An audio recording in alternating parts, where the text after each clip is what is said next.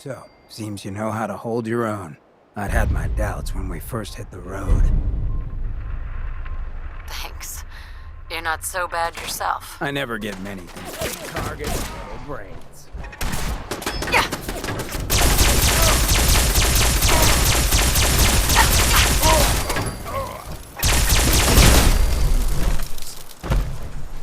Time to collect.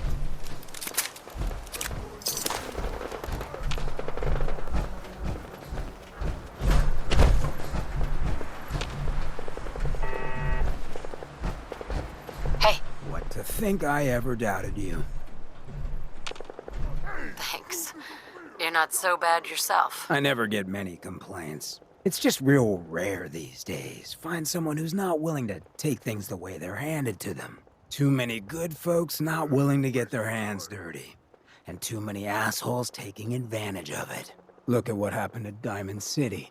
Before McDonough took over, it was a half-decent place to live.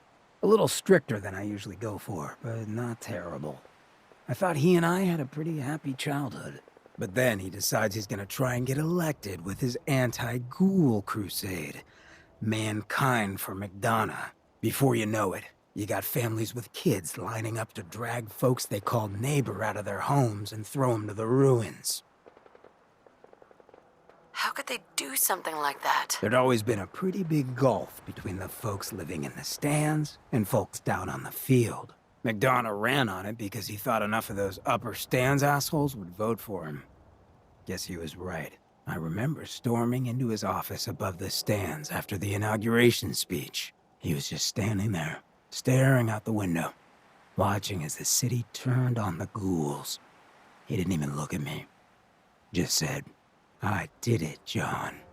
It's finally mine." Should have killed him right there, but I don't think it would have changed anything. Instead, I pleaded with him, begged him to call it off. He said he couldn't.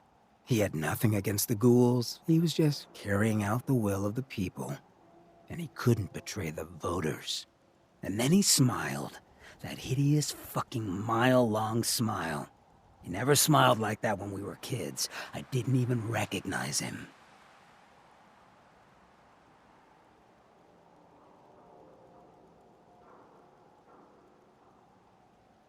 He murdered those ghouls. Him and that whole damn city. I still wasn't a ghoul at this point, so I didn't have to leave, but I couldn't bring myself to stay in that cesspool after that.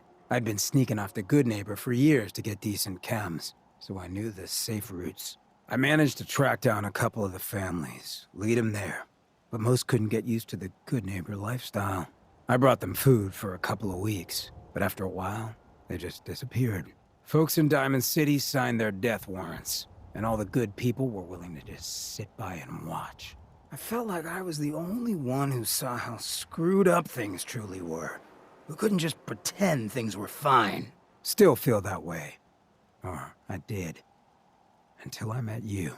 I know I run my mouth, but having someone who sees the world for what it is, and is willing to do something about it, it's meant a lot to me. I feel damn lucky to have you as a friend.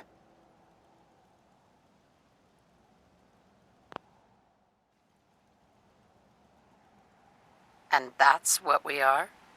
Friends? Well, now that you mention it, I have been having slightly more impure thoughts than usual.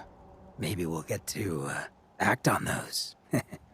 But I guess we should probably head out, huh? After you.